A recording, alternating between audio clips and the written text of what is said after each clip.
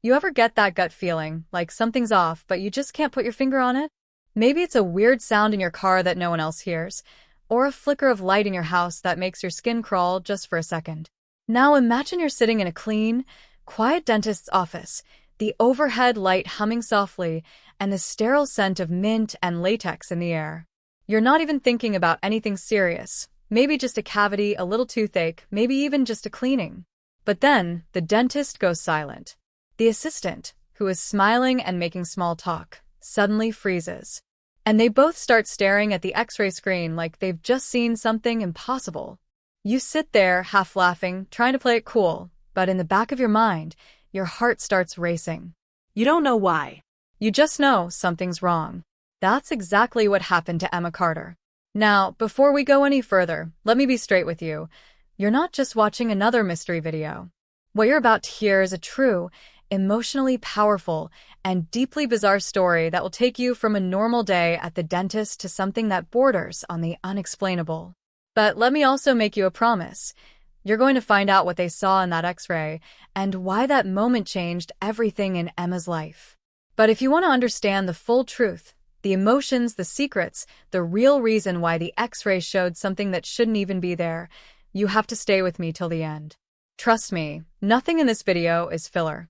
Every single moment, every twist, is a step toward the final, jaw-dropping reveal. And once you see it, you'll never forget it. Let me ask you something personal. When was the last time you ignored a small problem, hoping it would go away on its own? A headache, maybe? A strange mark on your skin? A dream that felt a little too real? We all do it. We tell ourselves we're just tired, that we're overthinking, that we don't want to be dramatic. But sometimes, just sometimes, that little thing is a signal. A warning. And the scariest part? You might not realize it until it's too late. That's the place Emma was in. She was just 17. No history of illness. No major dental problems. Just a routine checkup that was supposed to last 20 minutes tops.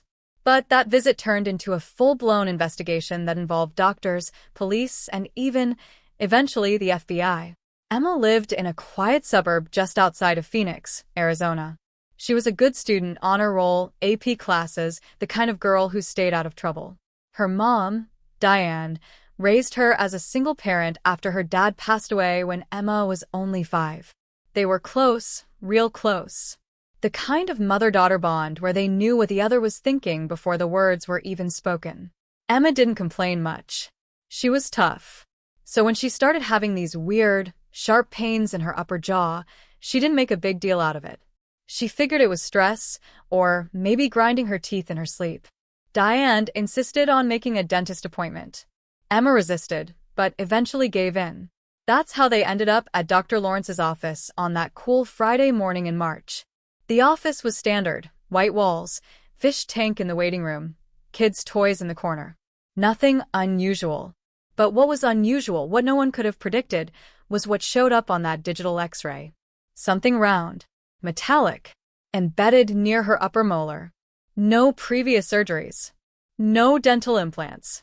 Nothing that would explain why, just below the surface of her gum line, something small and foreign was lodged in her skull. It wasn't just an object, it was something constructed. Something with components. That's what made the dentist step back and stare. That's what made the assistant's hand tremble as she reached for her phone.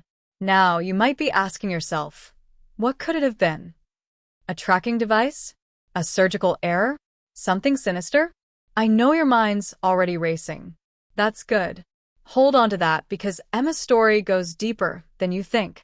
Much deeper. The truth isn't just medical, it's psychological, emotional, and yes, at times, disturbing. As you watch, you're going to notice patterns.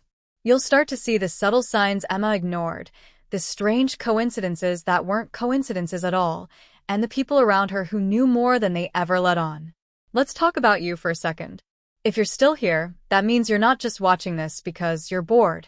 You're here because, like me, you need answers. You want to know how something like this could happen. You're probably wondering how a normal girl, living a normal life, could end up at the center of something so inexplicable. Maybe part of you feels connected to Emma already, even if you don't realize it yet. Because, let's be honest, we all have hidden parts of ourselves. Secrets. Memories we don't fully trust. This story taps into that part of your brain. The part that lies awake at night wondering, what if there's more going on than I can see? Now, here's what I want from you. Don't just watch this like a story on a screen. Watch it like it's your own sister, your own daughter, your younger self. Because when the truth starts to come out, it's going to hit you in a way you didn't expect. And I don't say that to scare you. I say it because this story, Emma's story, isn't just about what the dentist found. It's about what was hidden all along, in plain sight, and what that means not just for her, but possibly for all of us. Before I take you further, you need to understand one more thing. This story was almost buried. The files were almost sealed. Emma and her mother were pressured, by people I can't name just yet, to keep this quiet. But now, for the first time, the full story is being told. No edits. No cover-ups. This is the version that was meant to be silenced. And by watching it, by sharing it, you're part of the reason the truth finally comes out. So stay with me. Because once you know what the X-ray revealed, you'll start to question everything. And as Emma sat in that dentist chair, hearing the hushed whispers, watching the glances being exchanged across the room, she didn't know that the next 24 hours would flip her world upside down. She didn't know that the object inside her body wasn't just foreign, it was active. And someone, somewhere, was already watching. Emma Carter hadn't expected anything unusual in the weeks leading up to that dentist appointment. Her life, by all appearances, was steady and uneventful, the kind of suburban rhythm that most teens both resent and rely on. Her mornings started early, catching the 7:15 bus to school with her earbuds in and hoodie up, zoning out to her favorite true crime podcasts. She'd always had a quiet fascination with unsolved mysteries, missing person cases, and government secrets, which made what happened to her later feel less like a coincidence and more like some kind of sick irony. At school, Emma was well-liked but not overly popular. She kept a small, tight-knit circle. Jules, her fiercely loyal best friend since 6th grade. Miguel, the tech-savvy kid with a quiet crush on her that everyone but her seemed to notice. And Lena, the artistic one who always carried around a sketchbook filled with eerie, otherworldly drawings. They were a close crew, but even close friends can't see everything. Even they had no idea what Emma was starting to feel inside. For a few months before the dentist visit, Emma had experienced moments she couldn't explain, tiny lapses in memory, a strange high-pitched ringing in her left ear that would come and go without warning, dreams that felt so vivid they bled into her waking hours. She hadn't told anyone about those things, not even her mom. Mostly because she didn't want to sound crazy, but also because a small part of her feared the explanation. What if it wasn't just stress or a lack of sleep? What if there was something truly wrong with her? And then there were the nosebleeds. Sporadic. Always from the same nostril, and always after she'd been in front of a screen for too long. Her doctor chalked it up to dry air and teen hormones.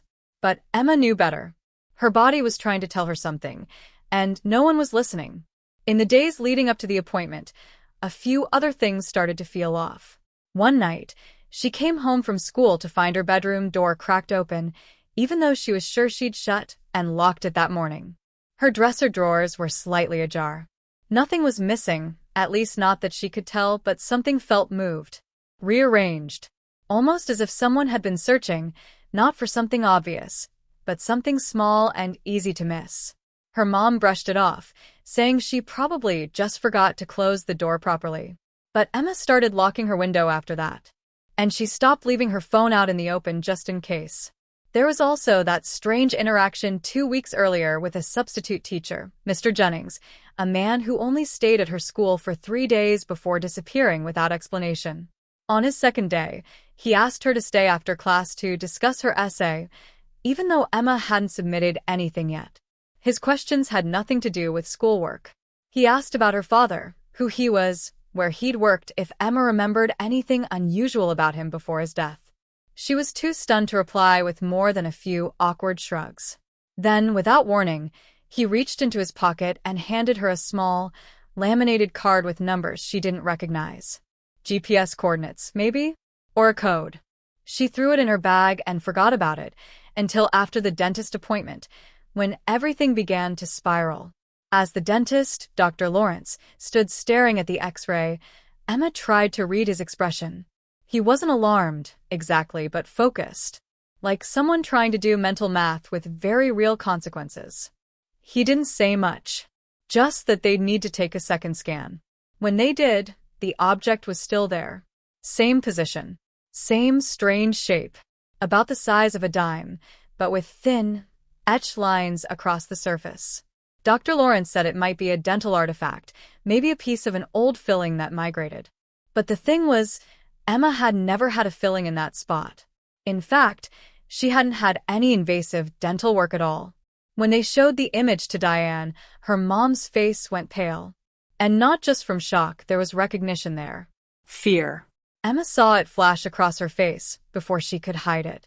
She asked her mom what was wrong, but Diane brushed it off with the same quiet deflection she always used when she didn't want to answer. That was the first moment Emma realized her mom might be hiding something, too. That night, Diane barely spoke. She cooked dinner, cleaned up, and disappeared into her room without their usual movie or late-night chat. Emma stayed up, turning that X-ray over and over in her mind. The next morning, she woke up to find her mom already gone. No note, no message, just her car missing from the driveway. Emma called her cell, straight to voicemail. The silence was deafening. Something was very, very wrong. Emma called Jules, then Miguel. Neither had seen or heard from Diane. Jules offered to come over and stay the night, sensing that Emma didn't want to be alone. Around 9 p.m., while they were in Emma's room trying to distract themselves with a movie, the power went out. Just in the house. Not the whole street. Emma's phone started acting weird, too, flickering, freezing, then suddenly shutting down entirely. She couldn't reboot it. That's when she remembered the laminated card Mr. Jennings had given her. She pulled it from the back of her drawer and stared at it. The numbers on it looked like coordinates, but they weren't local. A quick online search before the outage placed the location somewhere near Groom Lake, Nevada, otherwise known as Area 51. Now, here's where things get strange. And I don't just mean eerie. I mean genuinely inexplicable. When the power came back on an hour later, Jules was already asleep. Emma plugged her phone in again, and this time it powered up, but everything was gone. Her photos, her messages, her notes. It was as if the phone had been factory reset. The only thing that remained was a single message in her inbox. No sender. No timestamp. It read, "Do not trust your memories. You were not supposed to see it." Emma felt her chest tighten. She didn't sleep at all that night. The next morning, Diane still hadn't come home. That's when Emma went to the police, but she left out the part about the X-ray and the message and the card. She just told them her mom was missing. They filed the report, said they'd keep an eye out, and advised her to stay with relatives. But Emma didn't have any. Her father's side had cut contact after he passed. Her mom was an only child. She was completely on her own now, with only her friends, who were now beginning to question her story. Miguel thought she might be cracking under stress. Jules tried to be supportive, but even she was starting to act distant.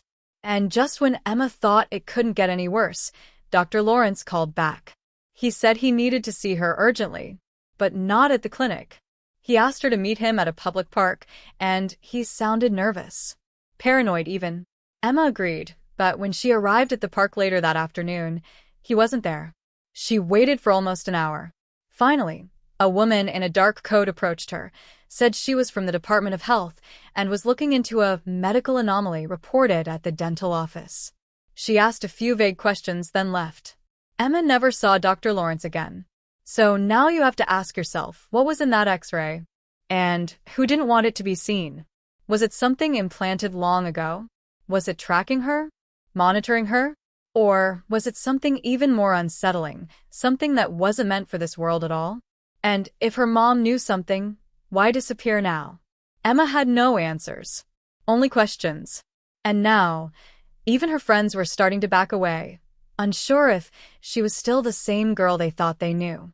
But Emma wasn't crazy. She was in danger.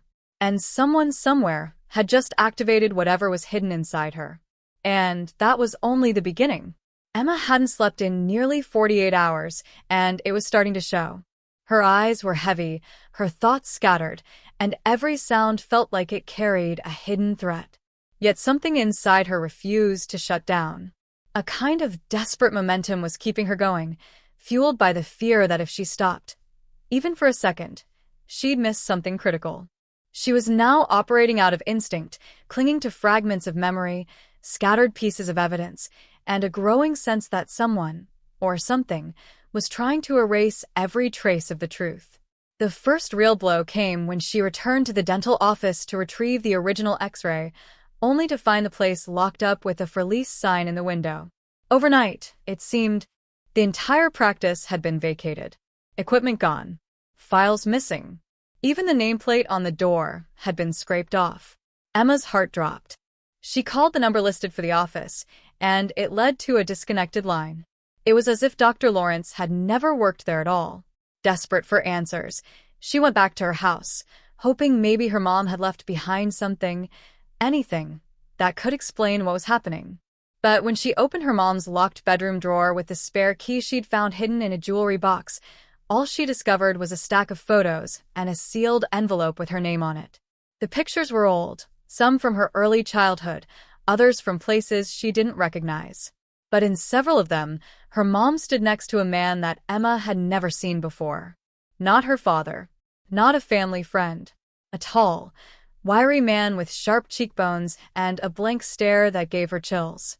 In every photo, he seemed out of place, like he didn't belong, always standing just slightly apart, never smiling. One photo had something scribbled on the back in her mother's handwriting. "If anything happens to me, don't trust Agent Ward." Agent Ward? Emma had never heard the name before. And that's when it hit her. The woman who'd approached her at the park, the one who claimed to be from the Department of Health, had never given a name. But she fit the profile. Older. Polished. Cold. The kind of person trained not just to observe but to manipulate. Emma felt her stomach twist as she looked at the envelope with her name on it. Her hands trembled as she opened it. Inside was a single sheet of paper, typed and unsigned. It read, "They've been watching you since you were 5. Your father tried to stop them. I couldn't. You have something they want, but they won't tell you what it is. Don't trust anyone from the agency. Especially not Ward. She was the one who gave them access to you." Emma sat frozen. Every suspicion she'd buried was clawing its way back to the surface. Her mom had known something was wrong. Her dad, whose death had always been blamed on a car accident, was now suddenly part of something deeper, darker, and tied directly to whatever had been hidden in her X-ray. And now this mention of an agency made it feel even bigger. Government secrets, surveillance, hidden experiments, all the kind of stuff people dismissed as conspiracy theories until it landed in your own lap. The betrayal stung, not just from the people she was warned about, but from someone closer than she expected. Jules, her best friend, had been acting increasingly distant, and now Emma had a reason to believe it wasn't just stress. The night after the power outage, Emma had noticed Jules looking through her mom's drawer before Emma caught her and asked what she was doing. Jules brushed it off, saying she was looking for batteries. But Emma now remembered something strange. Jules had left early the next morning, and when Emma went to look through the drawer again, one of the pictures was gone. The one with the man standing in the background near a black government SUV. Emma didn't want to believe it, but the pieces were there. Jules had access. Jules had seen the card. Jules knew about the X-ray. And maybe, just maybe, Jules had been planted in her life, or compromised in some way. The thought alone made her feel sick. If she couldn't trust her best friend, then who could she trust?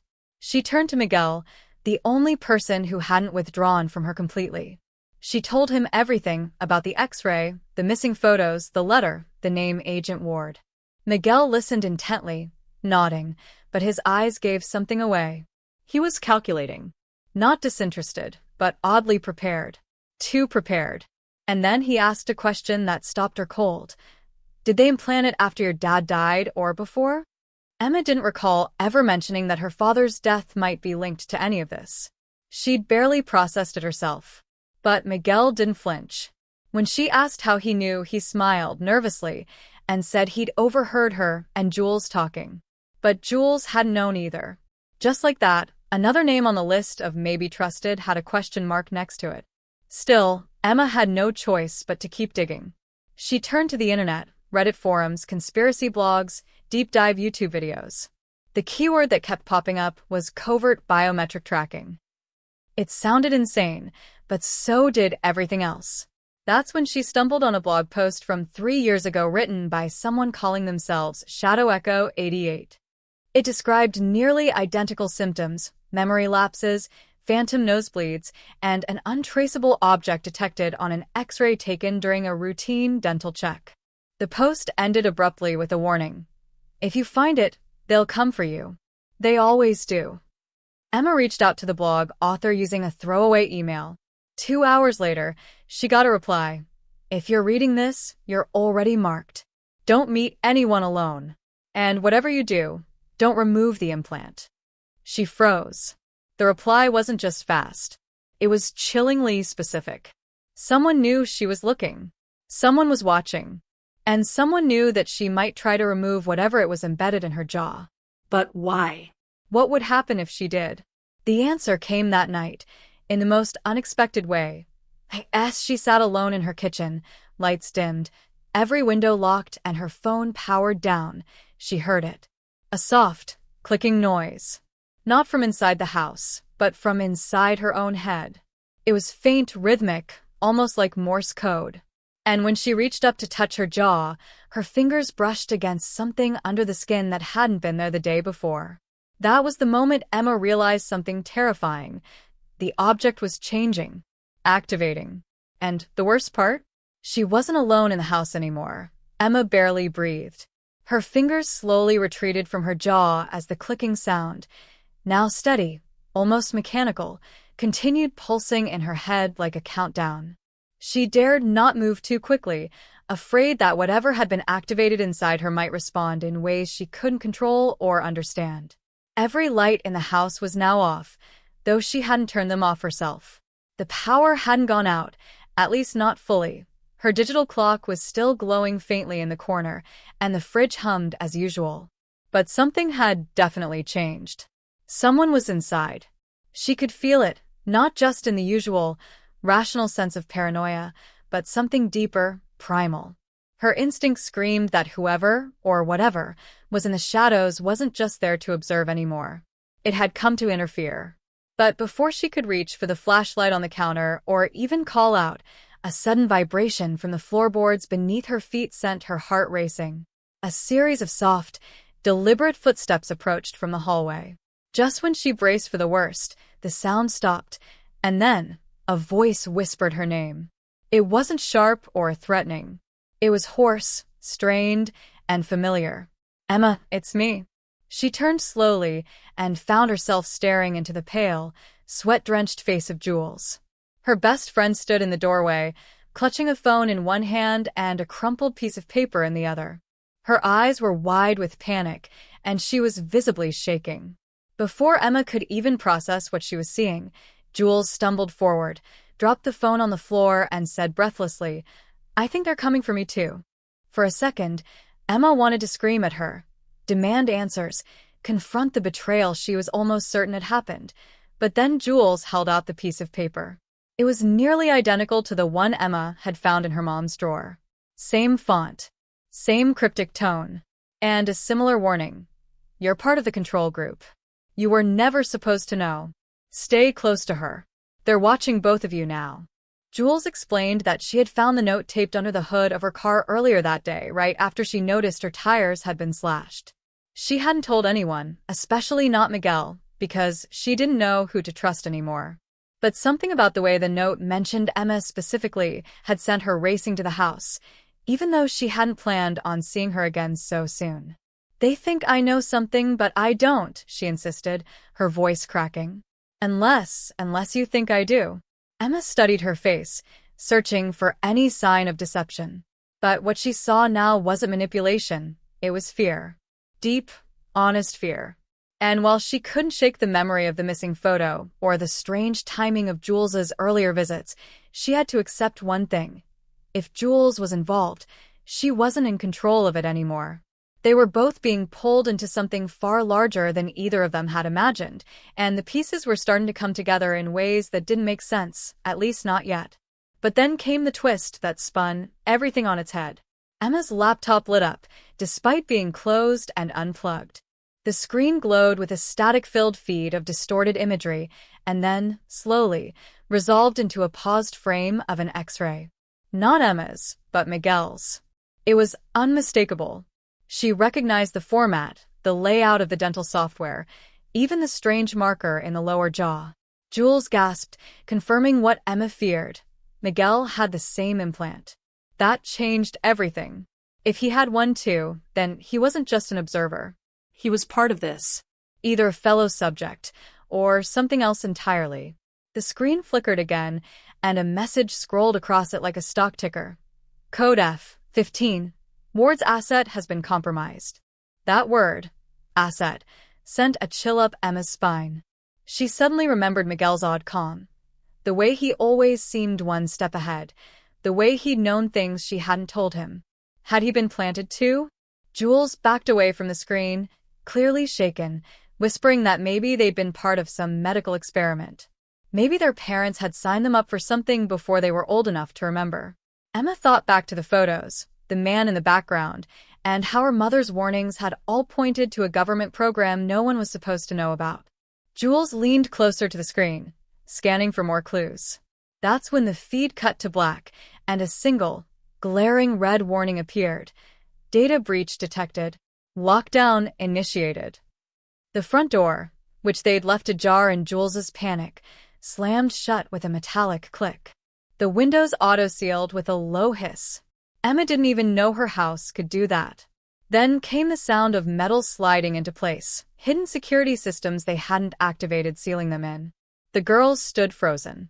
Whatever had been triggered by that message had locked them into something far more dangerous than either of them had anticipated. Emma tried to disable the house alarm from her phone, but it showed an unfamiliar interface now, no longer controlled by the original app. Someone else had taken over. And now, even her own home was turning against her. But just as the panic reached its peak, a low buzzing echoed through the air vents, and the voice returned. Not Jules's. Not Miguel's. Not even Emma's mother's. A voice Emma had never heard before but instantly recognized as belonging to the same agency her mother warned her about. Cold. Robotic. Commanding. Subjects F-12 and F-13 have failed containment. Secondary protocol in effect. Retrieval team en route. They had names now. Not real ones. Just subject numbers. And someone was on the way to collect them. Emma barely recognized her own breathing anymore. It had turned shallow, erratic, each inhale edged with the fear that it might be her last before something unthinkable happened. She and Jules had tried everything. They disconnected the router, shut down every electronic device, even smashed the laptop with a fireplace poker, but it didn't matter. The voice had already spoken. The system had already been hijacked. Whoever, or whatever, was watching them wasn't just some hacker in a basement. This was military-grade, government-level, or worse, private sector tech masquerading as protection, operating in the shadows under the banner of national security. Every locked window, every reinforced door, every digital convenience had been turned into a prison. This wasn't home anymore. It was a testing site. And they were still the test subjects. Jules sat on the kitchen floor, her knees pulled to her chest, hands trembling as she stared blankly at the dented remains of the laptop. Emma didn't have the luxury of freezing. Something inside her, something her mother had quietly nurtured with all those veiled warnings, had begun to awaken. She remembered the way her mother had spoken before her death, vague yet intentional, how she always checked the car mirrors 3 times, how she kept a journal that she never left lying around, how she never trusted automatic anything. Emma used to think it was paranoia.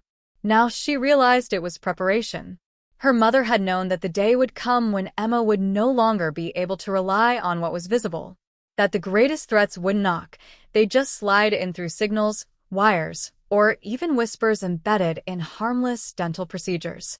Then the power went out. This time completely. No more humming from the fridge. No glow from the clock. No software of climate control. The house had gone fully dark, and not from a random outage. It was precise. Controlled. It was step one in a protocol designed to destabilize the subject. In this case, her. Emma's phone buzzed violently in her back pocket. No number, no caller ID. Just a screen filled with static, and then one word in bold white text. Run. That was all it said. Not who sent it. Not where to go. Just the command. But as she read it, her phone shut off, the screen cracking from the inside as if scorched by a surge. The warning was clear. Whatever was coming next would not be subtle. Then the doorbell rang. Emma and Jules stared at each other, neither of them able to speak. The doorbell rang again. Slower this time. Purposeful. Whoever was outside wasn't impatient. They weren't in a rush. They already knew Emma was cornered. Jules started toward the back hallway, signaling to the side exit, but Emma grabbed her arm. The windows had sealed earlier, but the side exit maybe, just maybe, was still manual. They didn't have time to plan, only to act. Emma led them silently through the hallway, pushing open the old wood panel that her mother had once used to store emergency supplies. To her shock, the exit door was open a crack, and beyond it, the alley was quiet. No sign of movement. Just thick mist rolling across the pavement. They made it to the car and sped off into the night. But the streets looked different now. Emma swore the lights at the intersections were blinking in strange sequences, like signals. And the people they passed too still, faces too neutral. Something wasn't right. Jules kept checking behind them, whispering updates that sounded more like prayers. No one's following. I think we're okay. I think we're. Then she stopped mid-sentence. Her phone lit up on its own. The screen didn't show her home page or an app. It displayed a live feed of Emma. From inside the car. From a camera neither of them had ever installed. The image was crystal clear, zero lag, and directly in front of Emma's face. She slammed the brakes, almost hitting a mailbox. Where's that camera coming from? Jules demanded, her voice cracking. Emma scanned the dashboard, the vents, even the rear view mirror. It wasn't there. But then she remembered her dentist appointment. The X-ray. The implant. The strange vibration in her jaw. The one that started all of this. It wasn't just some embedded microchip for tracking, it was a surveillance tool. One that didn't need her permission. One that had likely been recording far longer than she'd realized. Emma stumbled out of the car, doubled over by a sudden sharp pain in her lower jaw. She tried to scream, but nothing came out. Jules rushed to her, but before she could speak, a black SUV cruised silently down the street toward them, its lights off, windows blacked out, engine humming so low it was almost imperceptible. It didn't speed or swerve. It just crawled toward them like a predator circling its prey. Emma grabbed Jules by the hand and ran into the woods behind the cul-de-sac. No plan. Just flight. Her chest pounded harder with every step, but it wasn't just from fear. It was something deeper. Something chemical. Like her body was reacting to a signal she didn't understand. Like the implant had been switched to another mode. After what felt like hours, they collapsed behind a fallen tree, miles from the nearest home.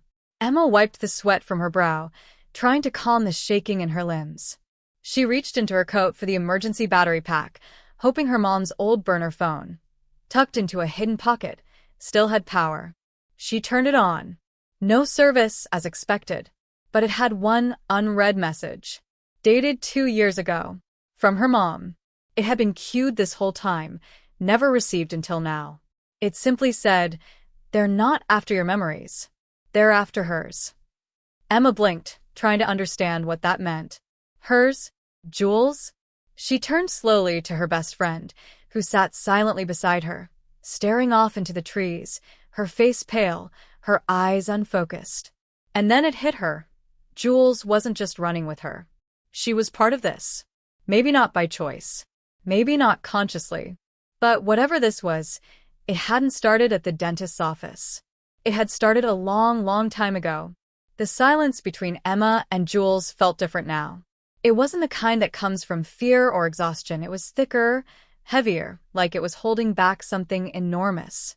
Emma's heart thudded in her chest, not just from the adrenaline of running, but from the revelation she couldn't unsee, her mother's cryptic message. They're not after your memories. They're after hers. The words repeated in her head like an echo bouncing off walls that weren't there before. She turned to Jules slowly, studying her expression more carefully now. Jules looked stunned, but not surprised. Her eyes weren't darting around looking for danger. They were focused, purposeful, like she was waiting for something to happen, something inevitable. That's when Emma knew. This wasn't just about a dental implant or a strange X-ray. This wasn't about her at all.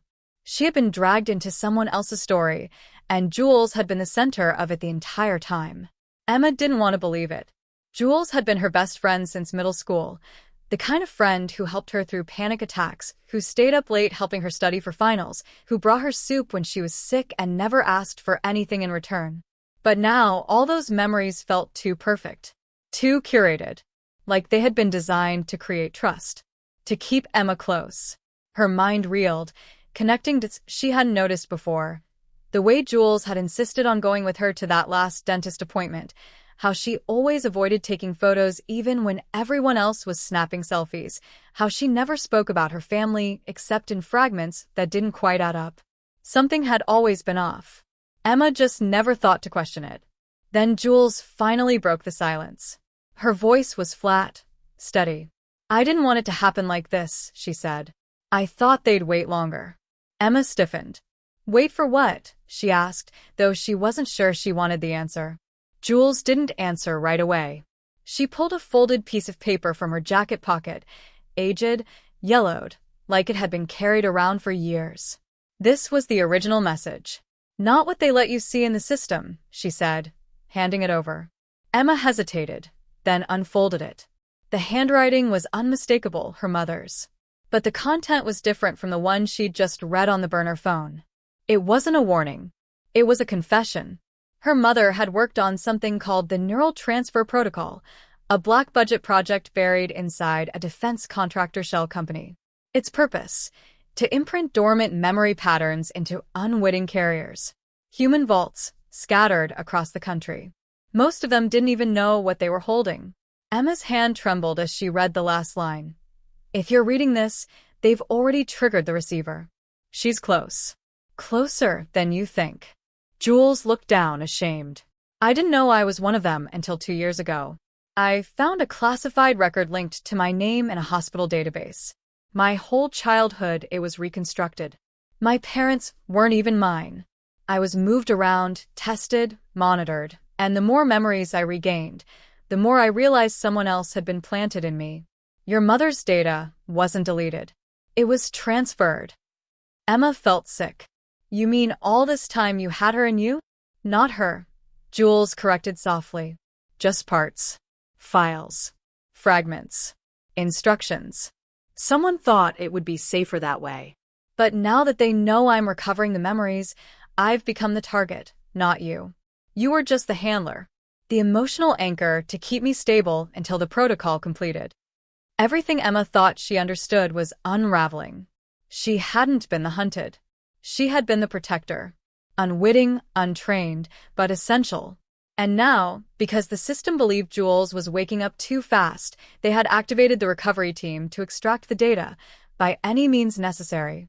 Emma's entire life had been positioned like chess pieces on a board she never even saw. She opened her mouth to speak, but before she could, a sound cut through the woods. A low, mechanical whine. It wasn't a drone, no wings, no rotors. This was deeper, like a scanning beam echoing across treetops. The leaves shimmered under its path. Emma and Jules ducked, holding their breath. Whatever it was searching. Not visually, biometrically.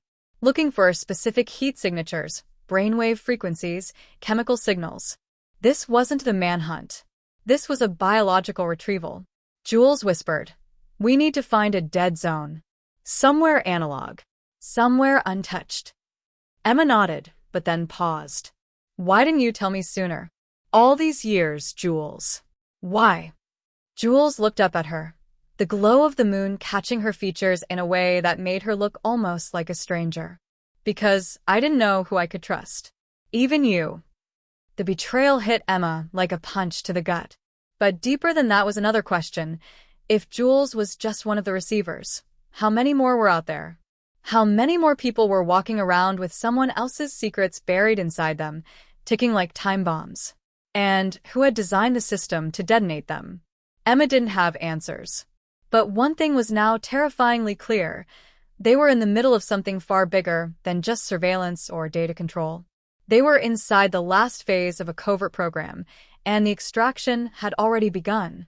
Emma had always believed that truth was a destination, that if you dug deep enough, chased long enough, endured the fear and chaos, eventually you'd arrive at a clean, hard reality. But what she stood in now wasn't clarity. It was a crossroads built from contradictions and half-truths, where every path forward came with a cost she couldn't afford.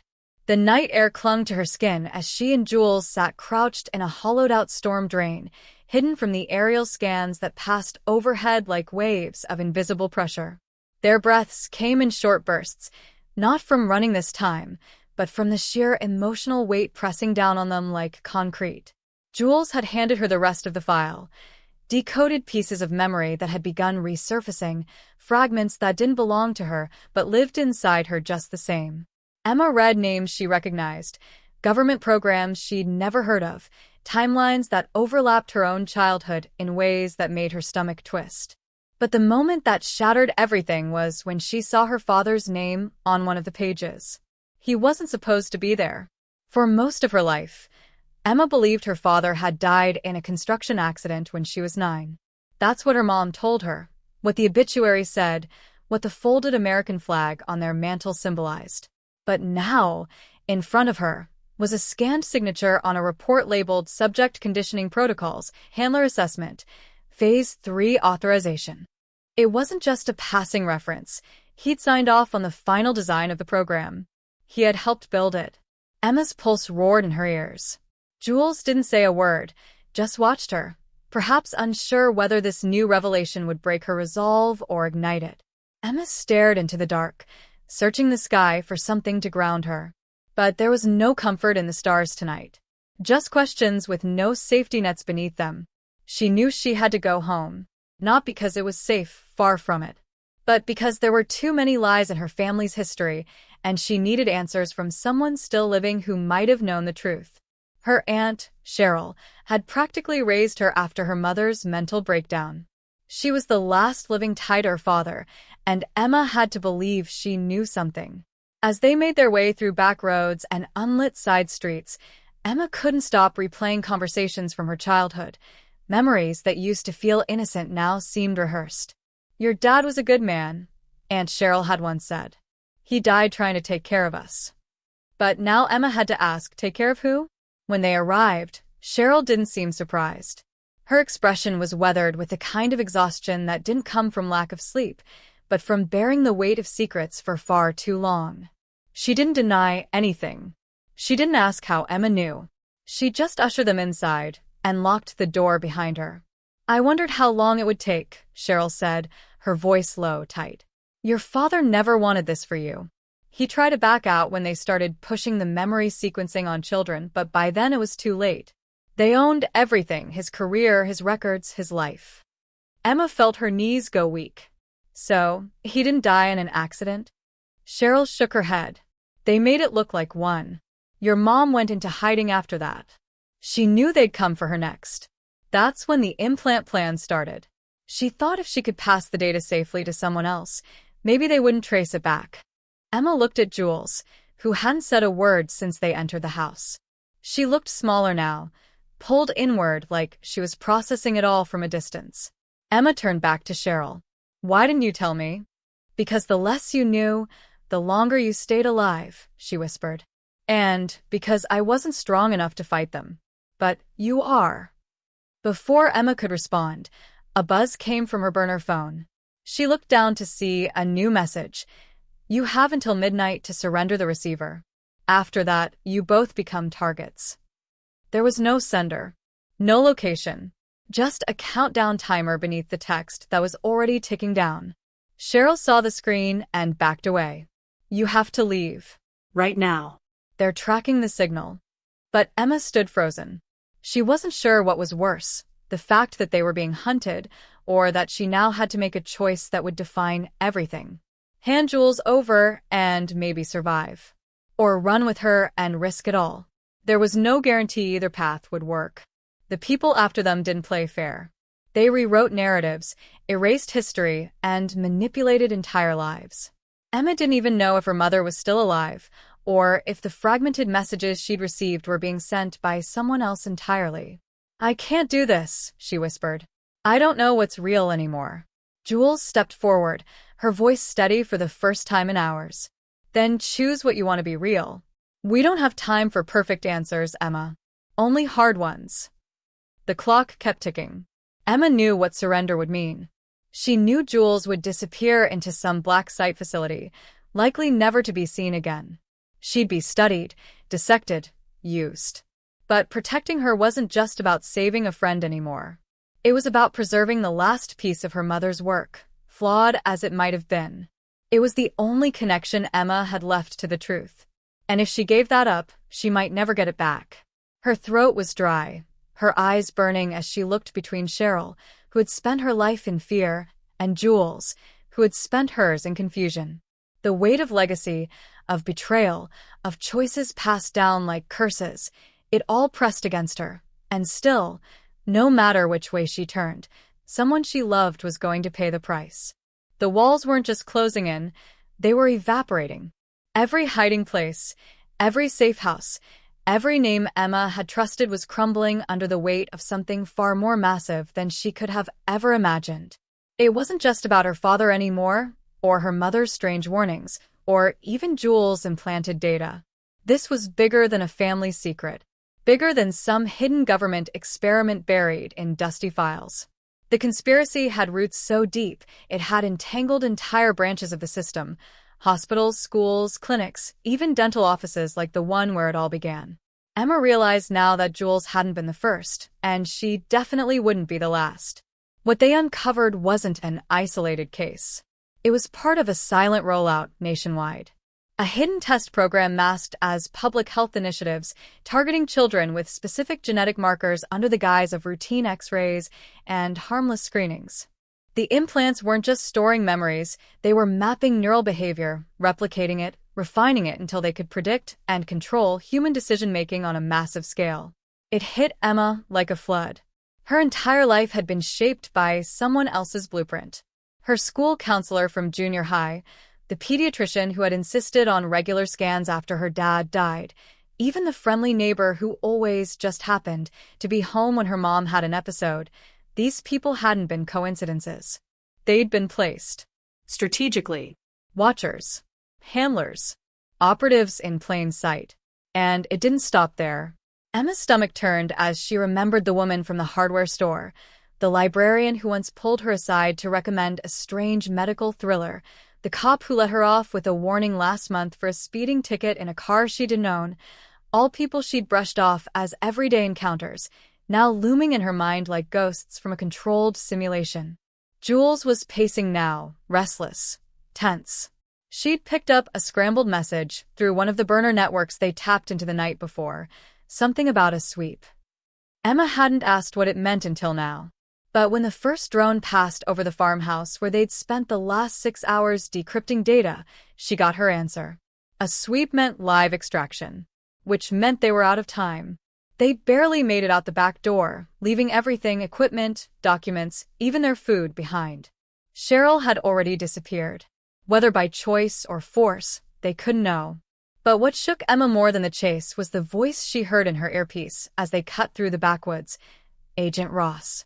He wasn't supposed to be alive.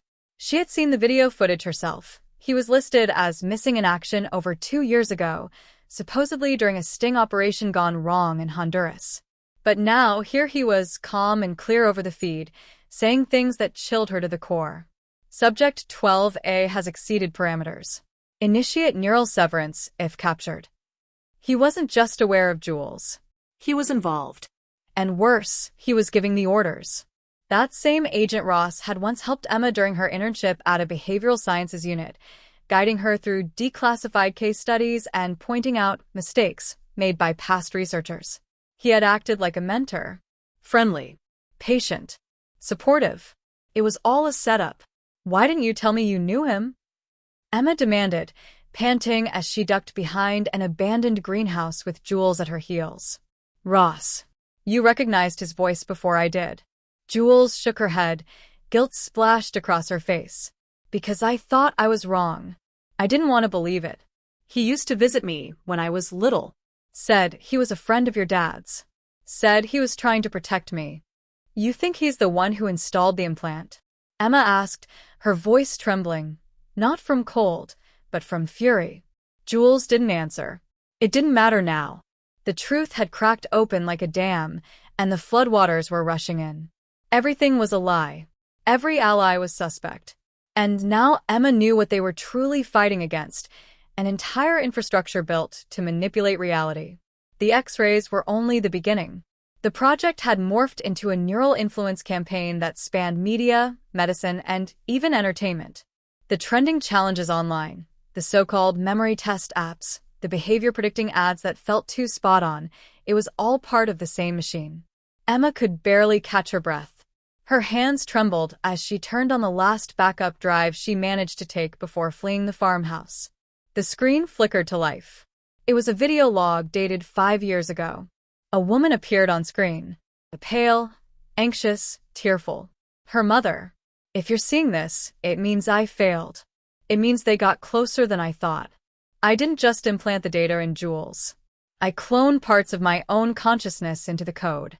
They want it back. Not for protection, but for control. They can reformat people, Emma.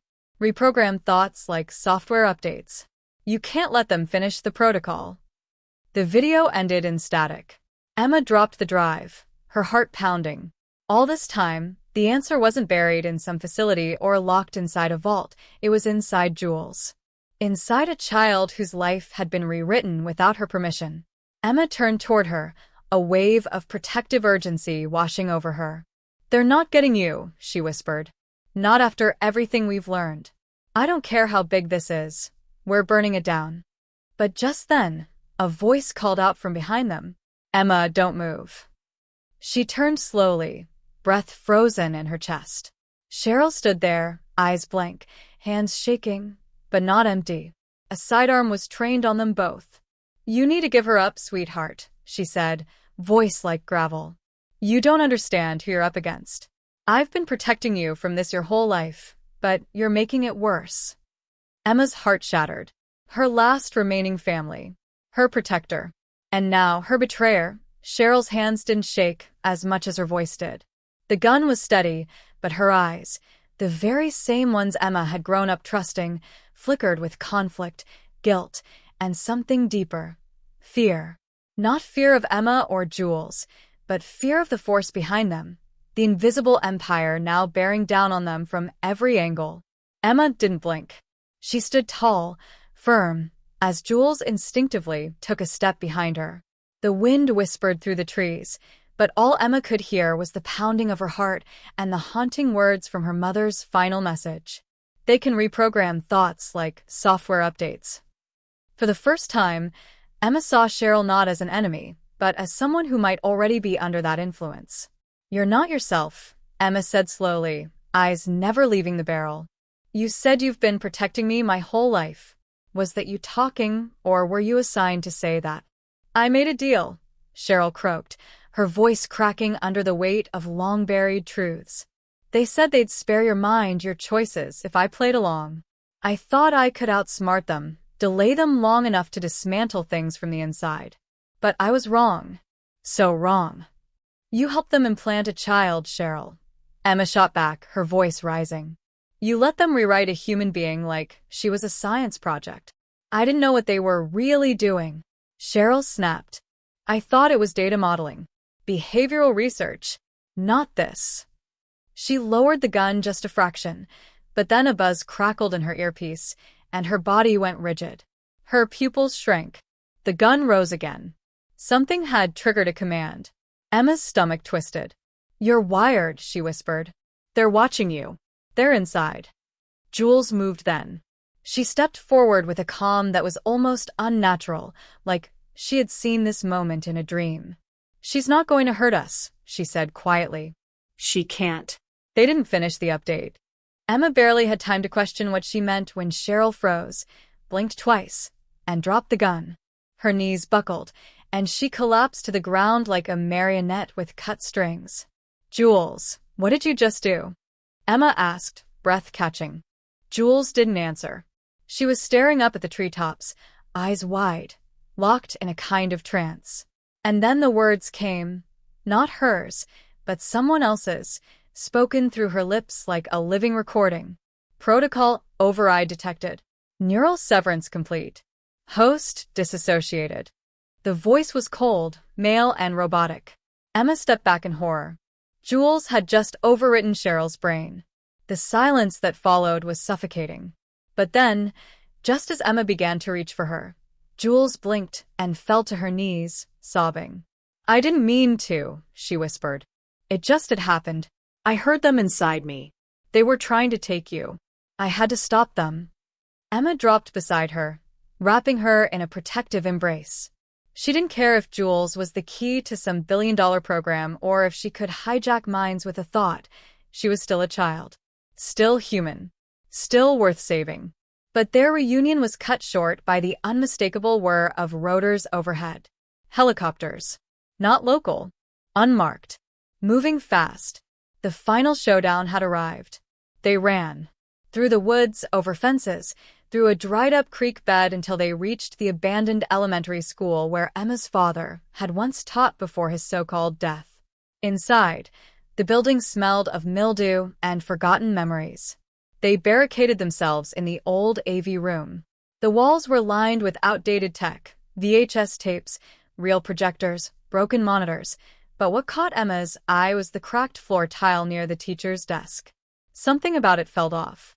She pried it loose. Beneath it was a rusted lockbox wrapped in plastic. Inside, a USB drive, a faded photograph of Emma as a toddler with her father and Cheryl together, and a typed letter. She plugged the drive into the last working computer, breath held. A video loaded. Her father appeared, older than she remembered, visibly aged and weak. If you're seeing this, it means the project failed. Or succeeded. Depending on who you ask. Jules wasn't the first, Emma. You were. You've forgotten because they made you forget. That accident when you were 7? It wasn't a fall. It was a wipe. They erased the first version of you because you knew too much. Jules was the test case to see if memories could be downloaded and preserved. You're not her guardian. You're her backup. She's what you were before. Emma staggered back. Her ears rang. Reality cracked open like shattered glass. Everything made sense now. The familiar flashes in her dreams. The impossible memories. The instant connection with Jules. She wasn't just trying to protect her, she was reclaiming a part of herself. But just as the video ended, the wall behind them exploded. Men in black stormed the room, rifles raised. Emma shielded Jules. A red laser hovered over her chest, but then another shot rang out from the darkness. One by one, the agents fell. Cheryl stepped out from the smoke, bruised and bleeding but alive, her eyes once again her own. "You still trust me?" she rasped, holding up a detonator. Emma didn't answer. She just nodded. And together, they triggered the blast that collapsed the corridor, sealing off the exit as they escaped through the hidden tunnels beneath the school. For now. But as the smoke cleared and the authorities arrived hours later, they found nothing but rubble and a single message burned into the wall. Memory is the new weapon. And we remember everything. Yet somewhere, far away, on a secured server buried beneath miles of concrete, a new protocol quietly uploaded. Version 2.0. Target, Emma. Weeks passed since the chaos at the school. The world had moved on. Or at least appeared to. News outlets had their version of the story, fragmented, distorted, and filled with lies. But for Emma, the truth had become an intricate web of lost memories and new beginnings. She and Jules had disappeared, off the grid, under new identities that were as far from the truth as possible. They kept moving, always a step ahead, but in a strange way, there was peace now. No more constant fear of the unknown, no more agents lurking in the shadows, no more questions about who or what they were. But the cost of that peace, Emma knew, was something far greater than she'd anticipated. Jules was healing.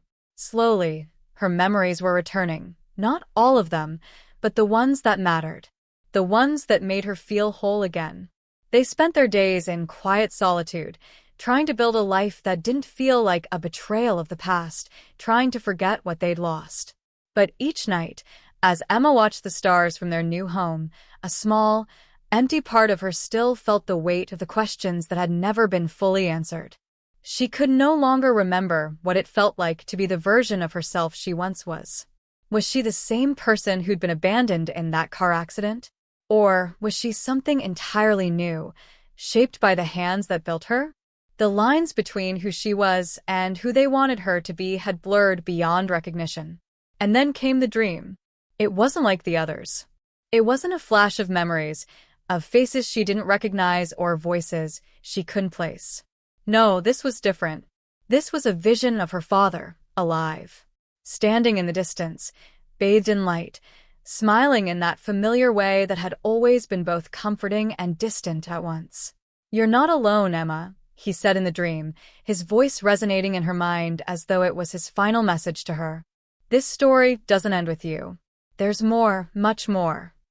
When Emma woke, the weight of those words pressed on her chest. For a moment, she felt the familiar rush of panic, the kind that came when she realized how little she knew about the world she'd been thrust into. The kind that made her wonder if she could ever truly escape it all. But she didn't let herself sink into that fear. Instead, she sat by the window, watching the world pass by, letting the calm silence of the moment fill her mind. Whatever came next, whatever secrets were buried beneath the surface, she was no longer running from them. She had come to accept that some things, some mysteries, might never be fully understood. They would just linger. But just as she turned to check on Jules, her phone buzzed. A simple message, but one that shook her to the core. "We're watching. You know who we are. And we know where you are. This isn't over." Not yet. Emma stared at the screen for a long time, the message haunting her, twisting the knife of uncertainty deeper into her chest. She thought about all the people she had lost, all the people she still had to protect. And in that moment, she understood something crucial. The story she had just lived through was only a single chapter in a much larger narrative. The questions, the puzzles, the betrayals, they weren't the end. They were merely a beginning. As she walked over to where Jules was sitting, her thoughts collided with an unsettling truth. No matter how far they ran, no matter how much they tried to rewrite their stories, some truths would always follow them. Some forces would never be forgotten. The game was far from over, and the stakes had only just begun to reveal their true nature. But Emma wasn't afraid anymore. She had learned something invaluable through all the darkness, all the fear. That, in the end, she could trust herself. And that, despite everything, the fight was worth it. Because sometimes, the only way to find peace is to face the unknown, head on, and walk toward it with everything you have. With one last glance at her phone, Emma stepped outside into the cool, quiet evening. The stars were bright, scattered across the sky like pinpricks of light in an endless expanse. For a moment, she thought about her father, about Cheryl, and about everything they had sacrificed. The world was still vast, still filled with uncertainty, but it didn't seem so terrifying anymore. She had her answers for now.